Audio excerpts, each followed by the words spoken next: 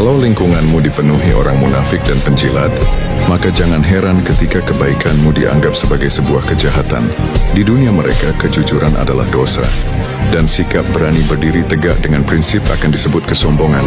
Orang baik justru dipandang sebagai musuh, karena kebenaran selalu menjadi cermin yang menelanjangi kebusukan mereka.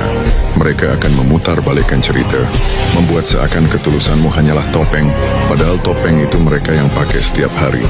Mereka tersenyum manis di depanmu tapi menusuk diam-diam dari belakang. Dan ketika kau menolak untuk ikut arus, mereka akan menjadikanmu kambing hitam, hanya agar diri mereka terlihat bersih. Tapi ingat satu hal, lebih baik menjadi penjahat di mata para penjilat daripada ikut menjadi bagian dari kepalsuan.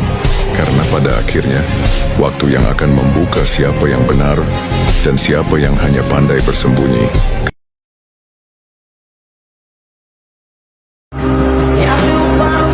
Dalam hidup, kita sering terburu-buru mengambil keputusan hanya karena emosi sedang memimpin. Saat hati tidak lagi bergejolak dan kepala tidak lagi penuh asumsi, barulah kita bisa melihat mana yang benar, mana yang perlu, dan mana yang harus ditinggalkan. Pikiran yang tenang, itu justru tanda bahwa kita menguasai diri sebelum menguasai keadaan. Karena keputusan terbaik selalu lahir dari pikiran yang tenang, bukan dari hati yang tergesa.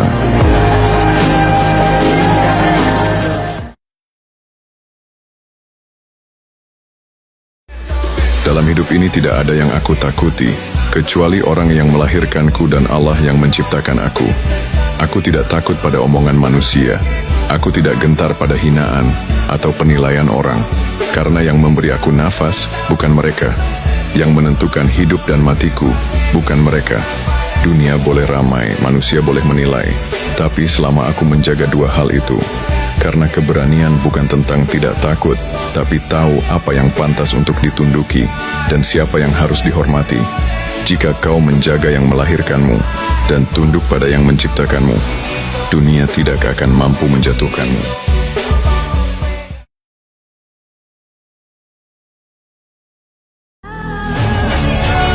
Semua yang datang ke hidupmu membawa pesan, bukan kebetulan. Ada yang hadir untuk menguatkanmu, ada yang singgah untuk menguji hatimu, dan ada yang pergi untuk mengajarkan arti kehilangan. Hidup selalu punya cara menyampaikan pelajaran, lewat orang-orang, lewat peristiwa, bahkan lewat hal kecil yang sering kamu abaikan. Karena dari setiap pertemuan, selalu ada makna yang bisa membawamu menjadi pribadi yang lebih dewasa.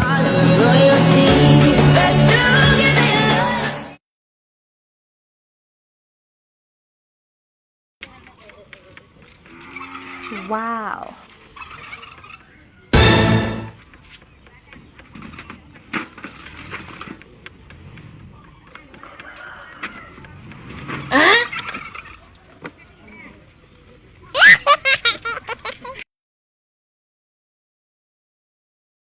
Anakku, aku melihat semua luka yang tidak tampak oleh mata manusia. Aku mendengar kata-kata tajam yang melukai jiwamu. Bahkan ketika engkau berusaha tersenyum di luar, ketika dunia merendahkanmu, aku meninggikan pandanganku kepadamu. Ketika mereka menghina, aku mengingatkan siapa engkau di hadapanku. Engkau adalah ciptaanku yang indah, berharga, dan tidak ternilai. Jangan biarkan suara manusia membungkam suaraku dalam hatimu. Aku tidak menilaimu dari penilaian mereka. Aku menilaimu dari kasih yang tidak berubah. Ingatlah, anakku, aku sendiri pernah dihina. Aku dicaci, diludahi, dipaku di kayu salib oleh mereka yang tidak mengenalku. Jadi jangan heran jika dunia juga memperlakukanmu tidak adil. Tetapi justru dalam penghinaan itulah kemuliaanku dinyatakan. Dan hari ini aku berkata kepadamu, engkau tidak sendirian. Setiap air mata yang jatuh karena hinaan itu, aku kumpulkan. Aku tidak akan membiarkannya sia-sia. Aku sedang membentuk hatimu menjadi kuat, lembut, dan penuh kasih seperti hatiku. Anakku, bangkitlah. Jangan bergantung kepada kata-kata orang lain. Mereka mungkin memanggilmu gagal, bodoh, atau tidak layak. Tapi aku memanggilmu anak yang kukasihi. Aku menenun engkau di dalam kandungan ibumu. dan aku tahu rancanganku atas hidupmu, rancangan damai sejahtera dan bukan kecelakaan. Ketika engkau percaya pada siapa engkau di dalam aku, tidak ada hinaan yang bisa meruntuhkanmu. Sebab martabatmu berasal dari surga, bukan dari bumi. Hari ini, aku memulihkan kehormatanmu, bukan dengan membalas hinaan dengan hinaan, tetapi dengan kemuliaanku yang akan aku nyatakan atas hidupmu. Aku akan mengangkat engkau di hadapan orang-orang yang pernah merendahkanmu. Tapi lebih dari itu, aku akan memenuhi hatimu dengan damai dan sukacita yang tidak bisa diambil siapapun. Datanglah, anakku, duduklah dekat denganku. Biarkan aku membisikkan kembali siapa engkau sebenarnya. Aku tidak akan pernah mempermalukanmu. Aku akan memulihkan dan mengangkat engkau pada waktuku yang sempurna.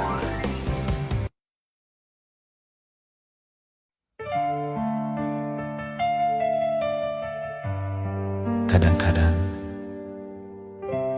Tuhan tak beri kita jawaban. Dia beri ujian supaya kita belajar mendengar hati sendiri.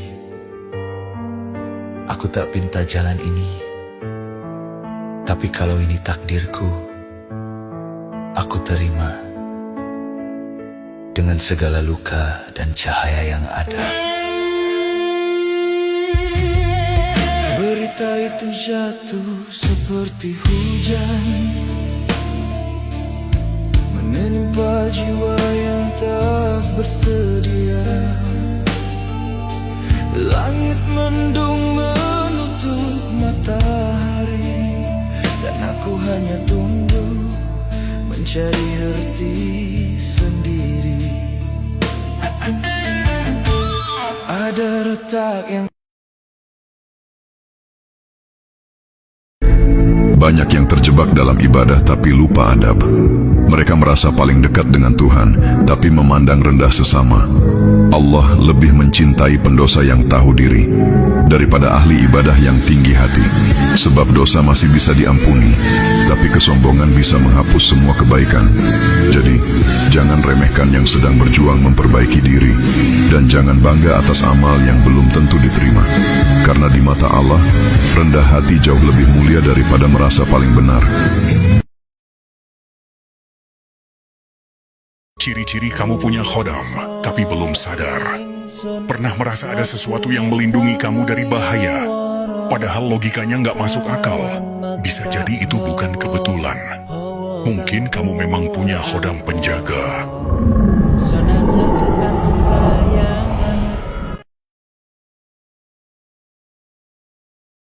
Trapped in a sleepless night, in a spell and I can't break out. I'm staring out with my head all blank, trying by the sky.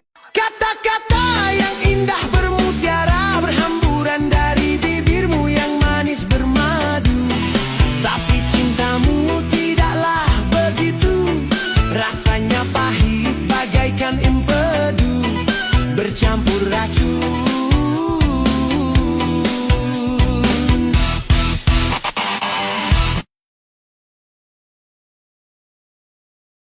Musim akan selalu berganti, kasih Tuhan tetap abadi, tak akan berubah sampai selamanya. Ku tetap percaya, ku yakin Tuhan memberkati. Ku yakin Tuhan melindungi, burung di udara Tuhan pelihara karena kasih-Nya. Tuhan selalu menolongku.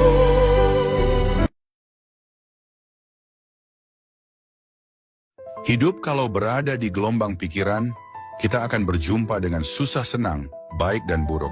Tapi kalau kita mampu melampaui pikiran untuk hidup di gelombang